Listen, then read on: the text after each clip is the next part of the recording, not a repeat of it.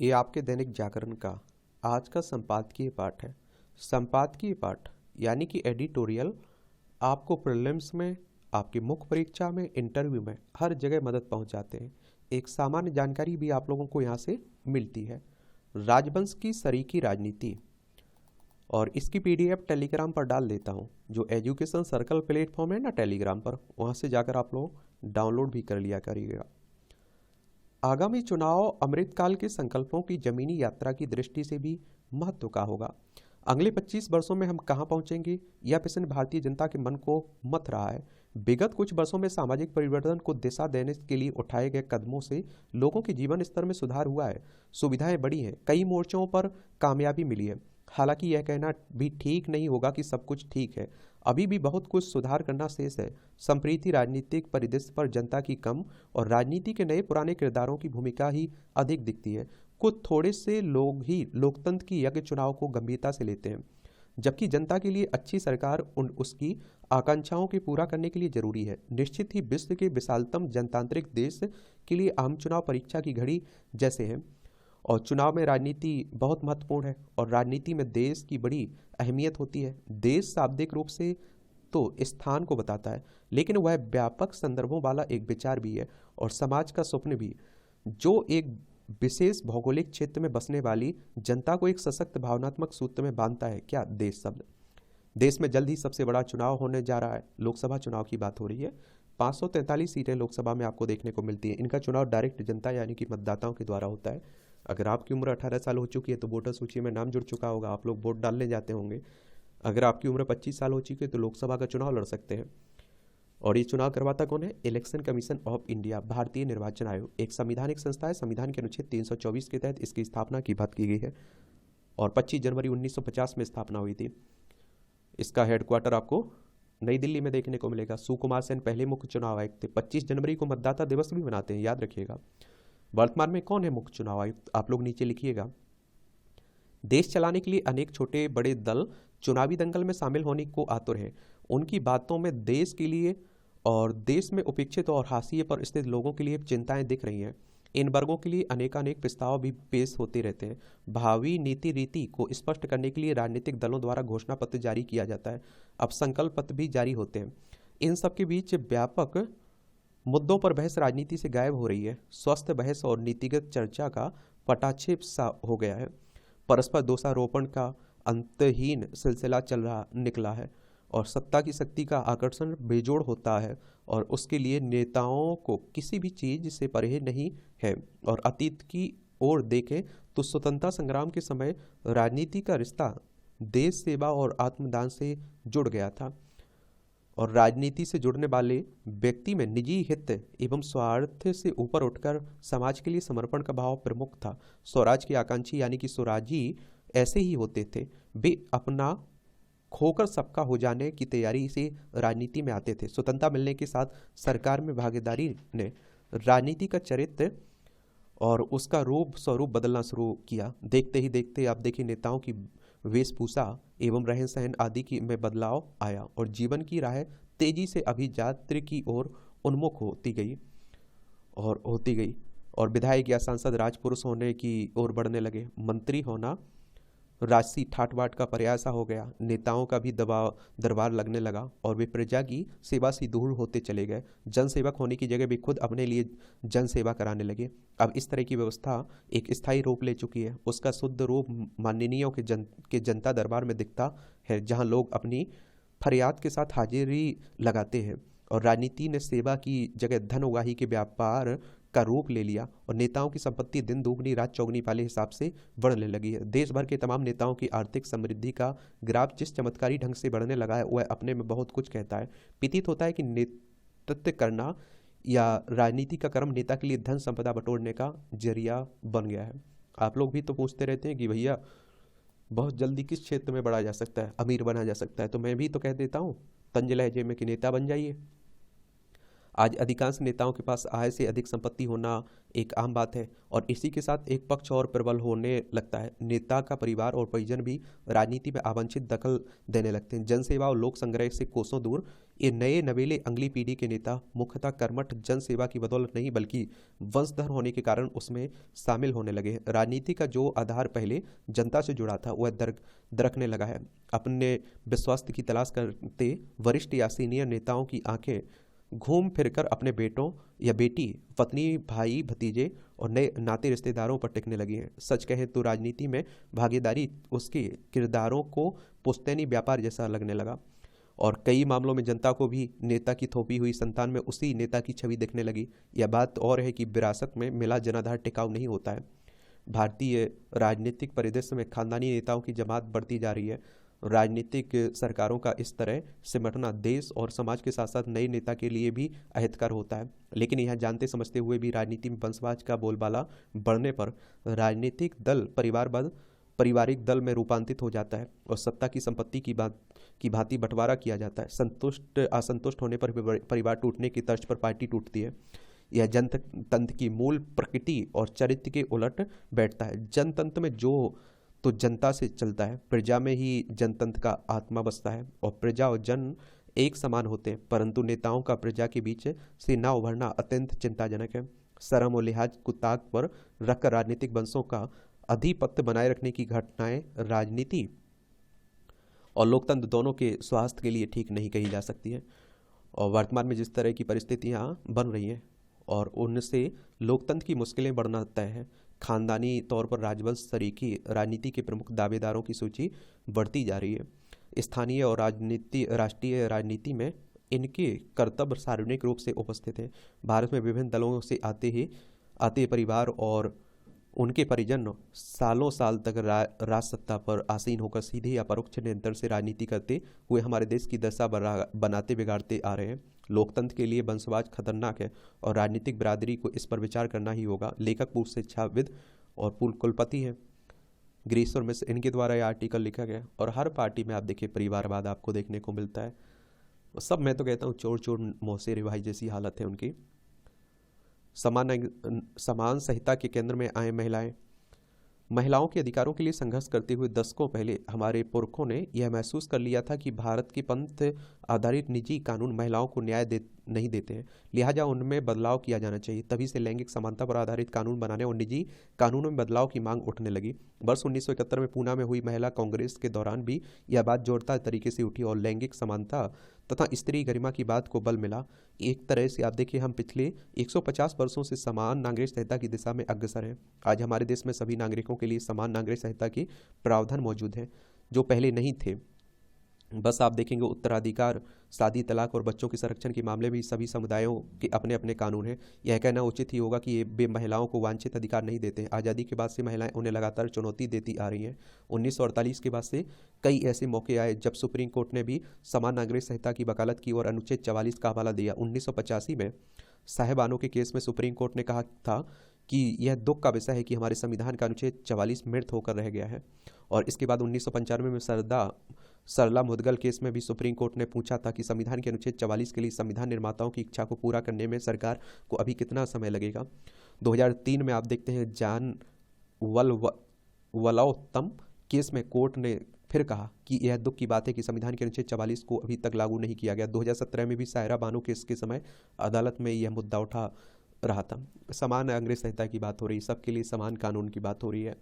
इसमें दो राय नहीं कि समान नागरिक संहिता एक प्रगतिशील समाज की वकालत करती है जिसे लागू होना ही चाहिए, लेकिन देखा यह गया कि इस पर सियासी दलों ने राजनीति करके महिलाओं को इस मुद्दे के केंद्र से गायब कर दिया। समान नागरिक संहिता की जरूरत को न्याय से जोड़ने के बजाय देश की एकता अखंडता, एक देश एक कानून अल्पसंख्यक बनाम बहुसंख्यक गोलबंदी की तरफ मोड़ दिया। जबकि कानून में सुधार की मांग का राष्ट्रभक्ति या एकता अखंडता से कोई लेना देना नहीं है। फिर भी यह वोट की गोलबंदी से जुड़ा मुद्दा बन गया। महिलाओं के बजाय नेता धर्मगुरु सामने आ गए। निजी कानूनों पर सवाल उठाना धार्मिक मामलों में दखल देना माना जाने लगा। धर्मगुरु आपे से बाहर होने लगे। इस मुद्दे पर दो बड़ी सियासी पार्टी कांग्रेस और भाजपा ने सांप्रदायिकरण भी किया और इस राजनीति ने महिलाओं का खासा नुकसान किया। उन्हें पता होना चाहिए कि महिलाएं किसी समुदाय की भेड़ें नहीं है जिन्हें चरवाहा मजहबी डंडा लिए हाँकते रहें। वे स्वतंत्र आवाज़ हैं, उनकी आवाज़ सुनी जानी चाहिए।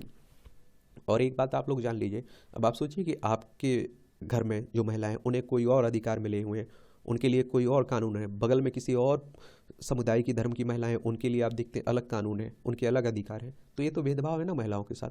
तो उन सबको एक करने की बात हो रही है कि सभी को एक समान अधिकार मिले, सबके लिए एक कानून हो। उत्तराखंड में समान नागरिक संहिता की पहल करके राज्य के मुख्यमंत्री पुष्कर सिंह धामी ने अपनी सरकार के एजेंडे में शामिल एक कार्य को पूरा तो कर लिया है, लेकिन इस कानून के बारे में महिलाएं उनसे कुछ सवाल भी कर सकती हैं। इस कानून के तहत लिव इन रिलेशन में रहने वाले जोड़े को सरकार के सामने अपने दस्तावेज पेश करने होंगे और इसकी अनदेखी नहीं की जा सकती कि हमारे समाज में प्रेम करने वाले जोड़ों को अक्सर मार डाला जाता है। समुदाय उनके साथ दुश्मनों जैसा व्यवहार करता है।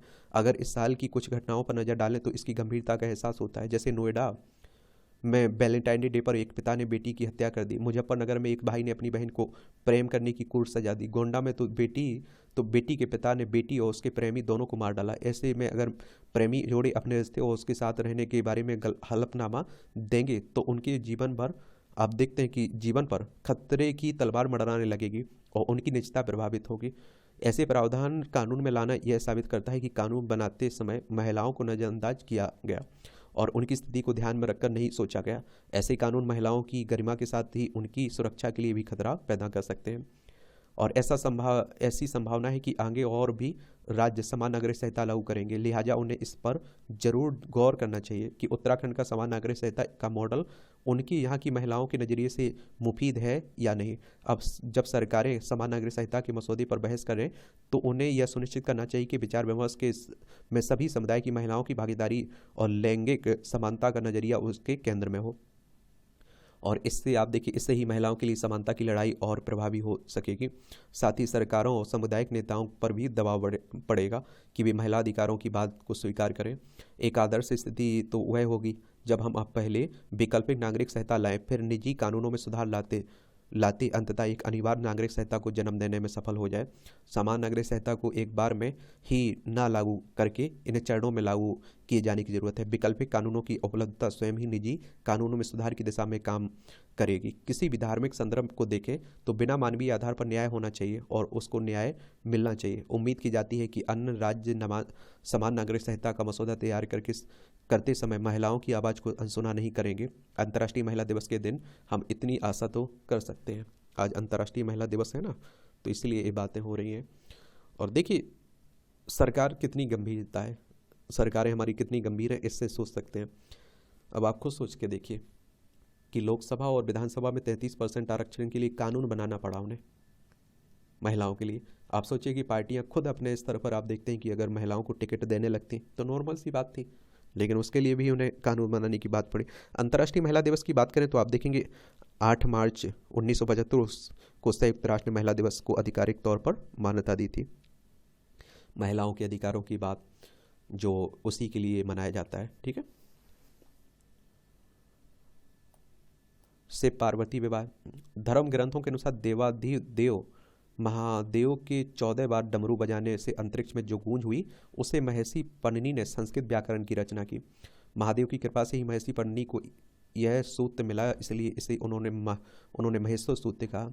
इस कथा से स्पष्ट होता है कि अक्षर महादेव के स्वरूप जैसे हैं। महादेव के सहस्त्र नामों में से एक नाम अक्षय भी है और अक्षरों को संयोजित कर शब्द बने उन शब्दों से अर्थ निकलता है और जिसके चलते भावों की अभिव्यक्ति शुरू हुई है। इस प्रकार अक्षर शिव है और उनका संयोजन कर शब्द बनाने की प्रक्रिया पार्वती से दंपत्य सूत्र बंधन है। कालिदास ने रघुवंश में लिखा है कि मैं वाणी और अर्थ के समान मिले हुए जगत के माता पिता पार्वती शिव को प्रणाम करता हूँ। उससे पार्वती के विवाह का आशय मनुष्य को श्रेष्ठ जीवन प्रदान करना है।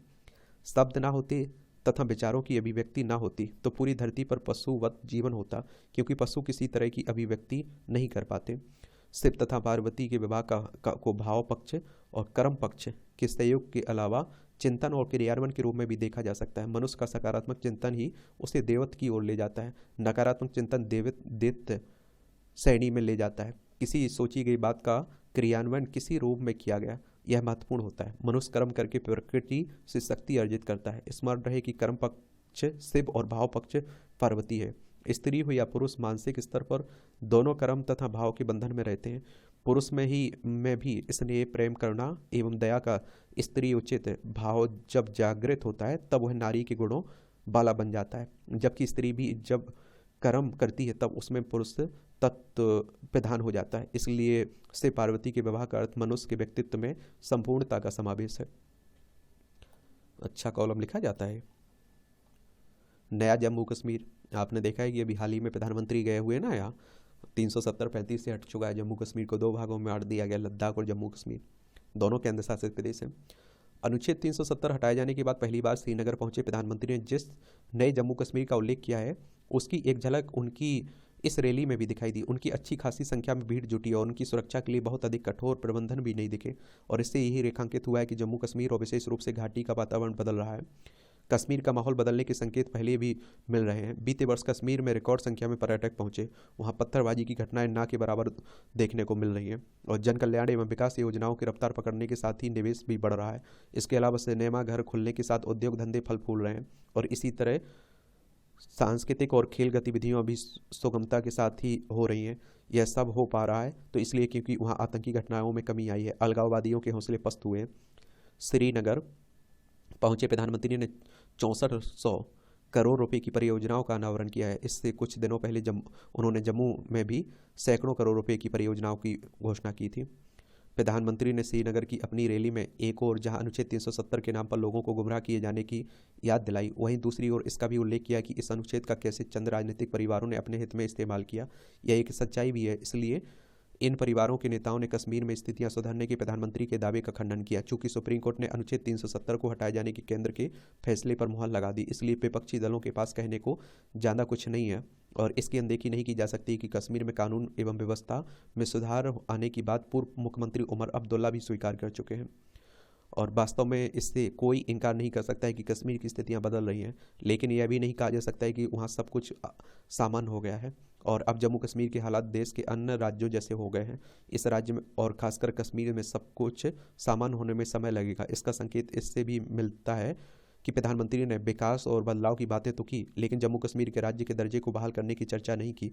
यह तय है कि यह काम वहाँ विधानसभा चुनाव कराने के बाद ही संभव हो सकेगा। इससे पहले वहाँ की हालात सुधारने पाकिस्तान का हस्तक्षेप बंद करने के साथ आतंकवाद पर पूरी तरह काबू पाना होगा। इसके साथ ही कश्मीरी हिंदुओं की वापसी भी सुनिश्चित करनी होगी। यह सब तभी हो सकेगा जब कश्मीर की जनता यह संदेश और सही तरह ग्रहण करेगी कि उसका हित देश के साथ कदम मिलाकर चलने में है, लापरवाही से ही नहीं। पर्यटन राज्य के रूप में विख्यात हिमाचल प्रदेश साहसिक खेलों में भी पहचान बना रहा है। यहाँ आने वाले पर्यटक साहसिक खेलों का भी आनंद ले रहे हैं। सरकार भी इन्हें बढ़ावा दे रही है। Trekking, paragliding, river rafting, skating, skiing, नौकायन के अलावा कई जल क्रीड़ाएं आयोजित की जा रही हैं। कई प्रतियोगिताओं का भी आयोजन किया जा रहा है। इस बीच साहसिक खेलों के दौरान कई दुर्घटनाएं भी हो रही हैं। इनमें कहीं आयोजकों की लापरवाही सामने आती है तो कई बार पर्यटक सुरक्षा के प्रति गंभीर नहीं होते हैं और यह सही है कि जीवन में रोमांच होना चाहिए, लेकिन यह कतई नहीं सही नहीं है कि जानबूझकर जोखिम लिया जाए। होना तो यह चाहिए कि किसी भी साहसिक खेल में हिस्सा लेने से पहले देखा जाए कि जो व्यक्ति आयोजन करवा रहा है वह क्या प्रशिक्षित है और क्या वह सरकार से मान्यता प्राप्त है, क्या वहाँ पर सुरक्षा के प्रबंधन है और इसके साथ ही यह भी देखा जाए कि उस समय मौसम की परिस्थितियां संबंधित खेल के अनुकूल हैं। यह इसलिए आवश्यक है क्योंकि यहाँ पर कई दुर्घटनाएं हो चुकी हैं। बुधवार को पीच से कुल्लू के ढालपुर के 3 पैराग्लाइडर ने उड़ान भरी, लेकिन तेज हवा के कारण एक पैराग्लाइडर पेड़ पर अटक गया। सुखद पक्ष यह रहा कि इसमें पायलट एवं पर्यटक सुरक्षित हैं। कई पर्यटक यहाँ आकर पहाड़ों पर अकेले ही ट्रैकिंग पर चले जाते हैं। ऐसा करना भी कतई सही नहीं है। साहसिक खेलों के दौरान हमेशा दुर्घटनाओं की आशंका रहती है और इस कारण आयोजकों और खेल प्रेमियों को चाहिए कि हर तरह के नियमों का पालन करें। इसके साथ ही प्रशासन को भी समय समय पर सुरक्षा प्रबंधों की समीक्षा करनी चाहिए। इस संबंधों के निर्वहन का साझा भाव। पारिवारिक जुड़ाव को सबसे महत्वपूर्ण मानने वाली भारतीय संस्कृति में भगवान से व माता पार्वती का पूजनीय दाम्पत्य कई सार्थक पाठ पढ़ाता है। देखिए, मैं कहता हूँ कि भगवान जो भी परमात्मा है, हमारे ऊपर वाले, जिस रूप में आप मानते हैं, उनसे बहुत कुछ सीखा जा सकता है, लेकिन सीखने की चाहत तो दिखावा कर रहे हैं लोग मानने का, लेकिन उनके बताए रास्तों पर उनसे सीखने की इच्छा बिल्कुल नहीं रहती है। बिखरते रिश्तों के इस दौर में इन जुड़ाव को समझने का महत्व और बढ़ गया। शिव पार्वती की जोड़ी हर पति पत्नी को यह समझाती है कि साथ और आपसी समझ ही इस रिश्ते की शक्ति है। दाम्पत्य जीवन में सहज स्वीकार का भाव ही वैवाहिक संबंध को मजबूत देता है। मजबूती और अपने साथी का संबल बुनने की यह सीख आज आम दंपत्ति के लिए भी जरूरी है। महाशिवरात्रि का पर्व शिव पार्वती के विवाह की वर्षगांठ के रूप में मनाया जाता है। यह स्मरण करवाता है कि उनके पूजनीय दंपत्य से बहुत कुछ सीखा जा सकता है। शिव पार्वती का प्रेममयी दंपत्य सिखाता है कि अपने आप को ही नहीं, अपने को भी सहज रूप से अपनाया जाए और अपने परिवेश से जुड़ा जाए। उनका वैवाहिक जीवन अपने साथी को लेकर आत्मीय प्रेम और स्वीकारता का पाठ पढ़ाने वाला है। आज रिश्तों में आ रही टूटने की बड़ी वजह इस स्वीकारता का ना होना ही है। अब पारिवारिक व्यवस्था को सबसे ऊपर नहीं रखा जाता है, जबकि सच तो यह है कि हमारे परिवार जन ही सुख दुख के साथी होते हैं। जनमानस अपने परिवेश और प्रकृति से भी दूर होता जा रहा, जबकि परिवार और समाज के साथ ही प्राकृतिक परिवेश से भी जुड़ाव आवश्यक है। प्रकृति के प्रति आभार और संरक्षण का सोच जरूरी है। शिव गौरी का जीवन इस संभाव और कल्याणकारी सोच का भी पाठ पढ़ाता है, क्योंकि महादेव के परिवार का जीवन सरल और सहज है, सुख और सुविधाओं से परे पर स्नेह से सिंचित है। तभी तो साधारण से जीवन जीने वाले भगवान शिव और उनका परिवार वर्तमान में सभी के लिए प्रेरणादायक है। प्रकृति से जुड़ाव और सहज जीवन आज आपाधापी में उलझे आमजन के लिए जीवन के हर मोर्चे पर एक सकारात्मक सीख लिए है। और वस्तुतः संतुलन साधते हुए जीवन जीना ही संतुष्टि का आधार तैयार करता है। दायित्व निर्वहन संग हर सुख दुख को जीने का साहस देता है। भारत के पारिवारिक, सामाजिक और सांस्कृतिक परिवेश में दाम्पत्य जीवन की डोर भावनाओं और जिम्मेदारियों के धागों से ही बंधी होती है। आज मामूली बातों को लेकर टूट रहे पति पत्नी के संबंधों को संवारने के लिए शिव पार्वती के अनूठे रिश्ते को समझना चाहिए और उनके आदर्श दाम्पत्य स्वीकारता, यह सह अस्तित्व और अपनेपन का भाव बहुत गहरा है। यही सोच सामान्य जन के लिए भी अनुकरणीय है। निसंदेह पौराणिक चरित्रों के सार्थक संदेश और नैतिक मूल्यों को अपने जीवन में उतारना आस्था के भाव का महत्व और बढ़ा देता है। सीखा करिएगा कुछ। यहाँ भी टिप्पणियाँ रहती हैं, पढ़ सकते हैं आप लोग। वैश्विक शांति के लिए भारत का ठोस प्रयास। चलिए, ये भी अच्छा लिखा जाता है। WTO के यानी कि वर्ल्ड ट्रेड ऑर्गेनाइजेशन की बात हो रही, जिसकी स्थापना 1 जनवरी 1995 में हुई थी। जेनेवा स्विट्जरलैंड में उसका हेडक्वार्टर देखने को मिलेगा। और मैं आप लोगों से कह रहा हूँ ना, एजुकेशन सर्कल जो प्लेटफॉर्म है हर जगह आपका, उससे आप लोग ज्वाइन कर लीजिए। यूट्यूब पर भी आप देखेंगे तो वहाँ सभी क्लासें ये डली हुई हैं संगठनों से जुड़ी हुई, और इन संगठनों से क्वेश्चंस भी हर साल आपके एग्जाम में पूछे जाते हैं। तो WTO के 13वें मंत्री स्तरीय सम्मेलन में इस बात पर भारी उत्सुकता देखी गई, क्या WTO में एक और प्लूरिलेटरल समझौता, एक ऐसा समझौता जिसमें WTO के कुछ ही देश शामिल होगा, जिसका नाम IFTA investment facilitation for development agreement यानी कि विकास के लिए निवेश सुविधा समझौता। इस प्रस्तावित समझौते को 120 से अधिक देशों का समर्थन प्राप्त था और WTO एक बहुपक्षीय संगठन है। इसके अधिकांश समझौते बहुपक्षीय रहे हैं और जिन्हें अभी सभी सदस्य देशों ने मान्य किया है। IFDA यह विश्व व्यापार संगठन द्वारा प्रस्तावित एक व्यापार समझौता है। इसका उद्देश्य निवेश प्रवाह को सुविधाजनक बनाने के लिए कानूनी रूप से बाध्यकारी प्राविधान बनाना है। यह ध्यान दिया जाना चाहिए कि यद्यपि प्रत्येक अंतर्राष्ट्रीय समझौता घरेलू नियमों के दायरे को सीमित करता है, IFDA के मामले में यह स्थिति अधिक भयावह थी और निवेश सुविधा के नाम पर सदस्य देशों के संप्रभु अधिकारों की तिलांजलि दिए जाने का प्रावधान था। भारत की चिंता तो आमतौर पर समझौते तब बनते हैं जब देशों का एक समूह एक मान्य नियमावली पर सहमत होने के लिए इकट्ठा होता है और जिसका किसी मामले पर पालन किया जाएगा और यह एक दूसरे के लिए पारस्परिक लाभ के लिए होता है। हालांकि IFDA की खासियत यह है कि इसके प्रस्ताव को एक देश चीन ने अपने लाभ के लिए आगे बढ़ाया और एक प्रमुख सैन्य व आर्थिक शक्ति चीन द्वारा दबाव डालकर अन्य सदस्यों से आंख मूंद कर हस्ताक्षर करवाए गए। और चीन का एकमात्र उद्देश्य IFDA सदस्य देशों को अपने अपने देशों में निवेश की सुविधाओं के लिए मजबूर करके अपने आर्थिक हितों को बढ़ावा देना है। पिछले एक दशक से चीन विकासशील देशों को स्वयं द्वारा बनाई जा रही बुनियादी ढांचा परियोजनाओं के उदार वित्त पोषण का लालच देकर ऋण जाल में धकेलने के अपने एजेंडे को आगे बढ़ा रहा है। बेल्ट रोड की आड़ में चीन की ऋण जाल कूटनीति के कारण कई देश कर्ज में डूब गए। श्रीलंका हो गया, पाकिस्तान, बांग्लादेश, कई अफ्रीकी देशों को चीन अपनी इस कर्ज जाल कूटनीति से बर्बाद कर चुका है। प्रस्तावित समझौते से चीन को लूट और अधीनता के लिए नए चारागार प्राप्त करने में आसानी होती।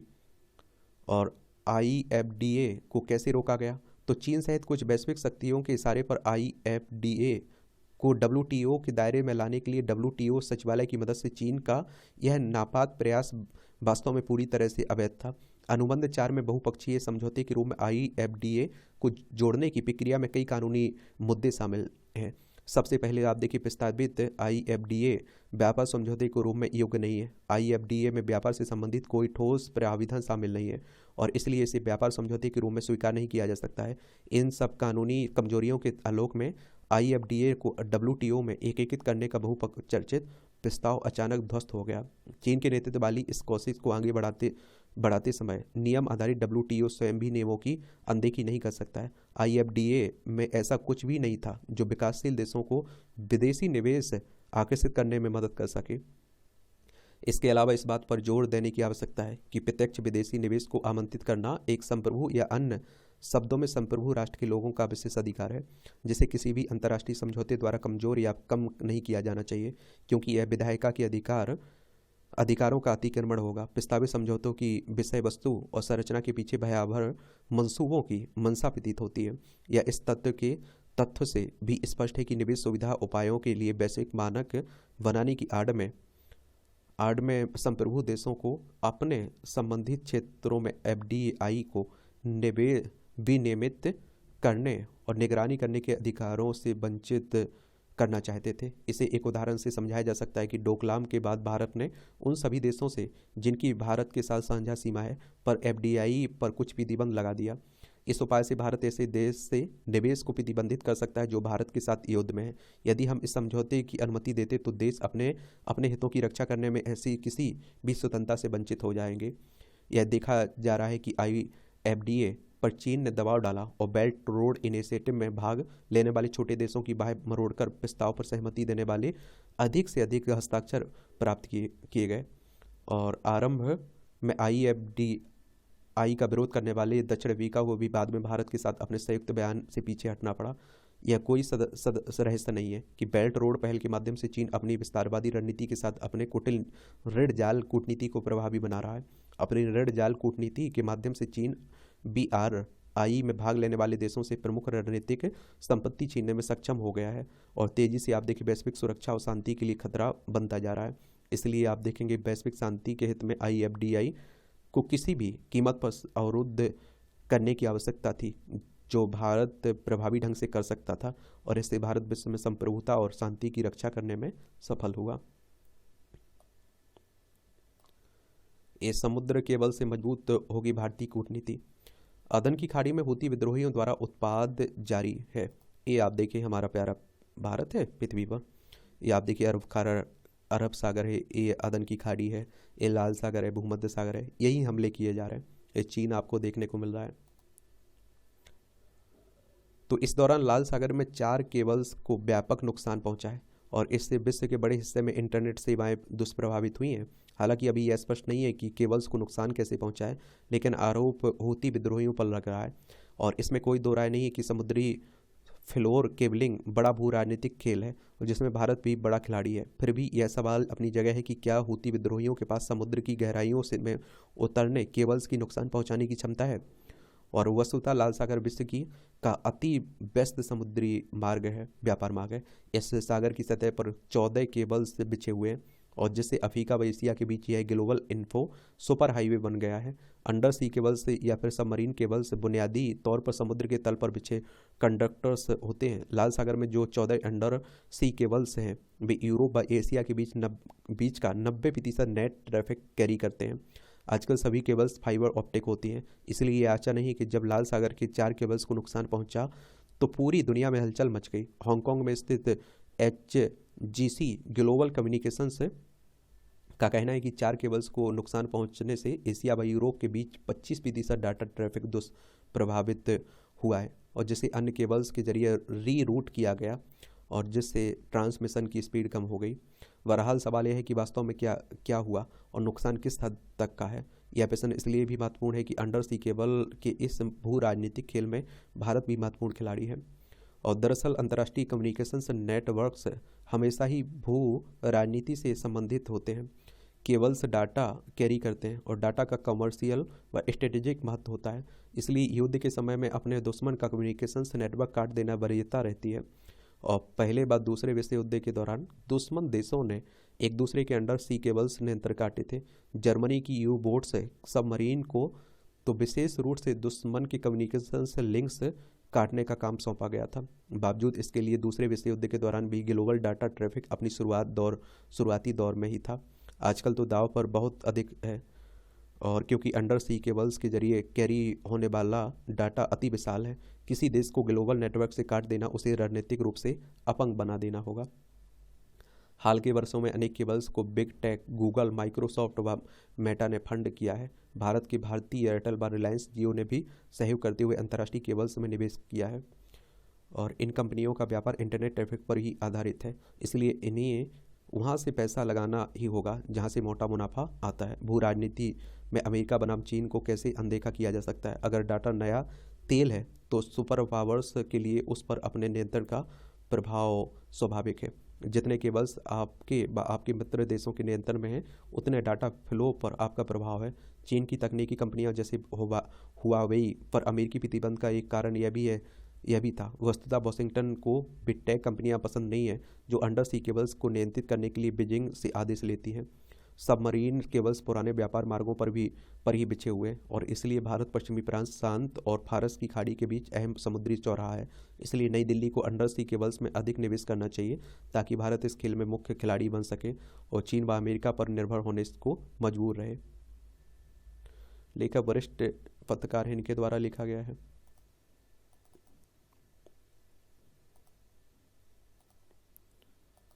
यहाँ कॉलम देखिए, युवा कर्मठ हो जुझारू के मायने खरी खरी तंज कसा जाता है। सहानुभूति के सहारे सियासी सफर। ये झारखंड में आप देखते हैं कि हेमंत सोरेन जेल चले गए तो उनकी पत्नी राजनीति में उतर रही है ना, कल्पना सोरेन, तो उन्हीं की बात हो रही। परोपकार से जीवन में सुधार। भारत समेत विश्व के अनेक तमाम क्षेत्रों में परोपकार के माध्यम से लोगों के जीवन की सुरक्षा और उनके जीवन की गुणवत्ता में व्यापक रूप से सुधार किया जा सकता है। नवोन्वेषी सुधार कार्यक्रम में लाया जा सकता है बड़ी संख्या में लोगों के जीवन में सुधार। अच्छी बात है, इसे भी देख लीजिए, अच्छा कॉलम है।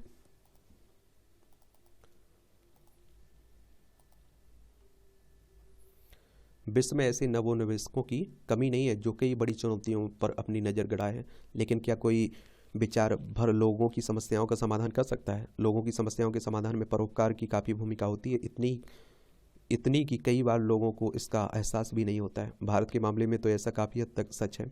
हाल के वर्षों में देश में परोपकारी गतिविधियां काफ़ी बढ़ी है। इंडिया फिलैंथ्रोपी रिपोर्ट 2023 के अनुसार हाई नेटवर्थ व्यक्तियों तथा कॉरपोरेशन से मिलने वाली परोपकारी योगदानों में पिछले 5 वर्षों के दौरान 12% के बाद से वृद्धि हुई है। 2022 में यह आंकड़ा बढ़कर $13 अरब के स्तर तक जा पहुंचा है। देश में परोपकारी क्षेत्र बढ़त के लिहाज से दुनिया की सबसे बड़ी सामाजिक, स्वास्थ्य और विकास संबंधी चुनौतियों से निपटने के लिए नवोन्वेषकों को सशक्त बनाकर तथा उनके विचारों को व्यापक रूप से प्रभावी बनाकर उल्लेखनीय अवसर उपलब्ध कराता है। ये आप देखिए, संक्रामक रोगों के विरुद्ध वैश्विक स्तर पर जारी गाइडलाइन में गेट्स फाउंडेशन को अपनी भूमिका पर गर्व है। इससे यह साबित होता है कि सरकार व गैर सरकारी संगठनों के साथ मिलकर परोपकारी गतिविधियों से बहुत कुछ हासिल किया जा सकता है। वैक्सीन संबंधित वैश्विक संगठन वैश्विक अलायंस ने 1 अरब से अधिक बच्चों के टीकाकरण को साकार करने में मदद की है। ग्लोबल फंड ने HIV, टीबी व मलेरिया ग्रस्त 5.9 करोड़ लोगों को बचाया जा सका। चलिए देख लीजिए, और इस तरह से आप देखेंगे कि आज के जो संपादकीय पाठ था इसकी कहानी ख़त्म होती है। आप लोग पढ़ते रहिए, एंजॉय करते रहिए। मेरी तरफ से शुभकामनाएं। ईमानदारी से मेहनत करिए, मैं कहता हूँ, समझ रहे हैं। 100% दीजिए अपने आप को, इस तैयारी में झोंक दीजिए पूरी तरह से। सक्सेस जरूर होंगे। धन्यवाद।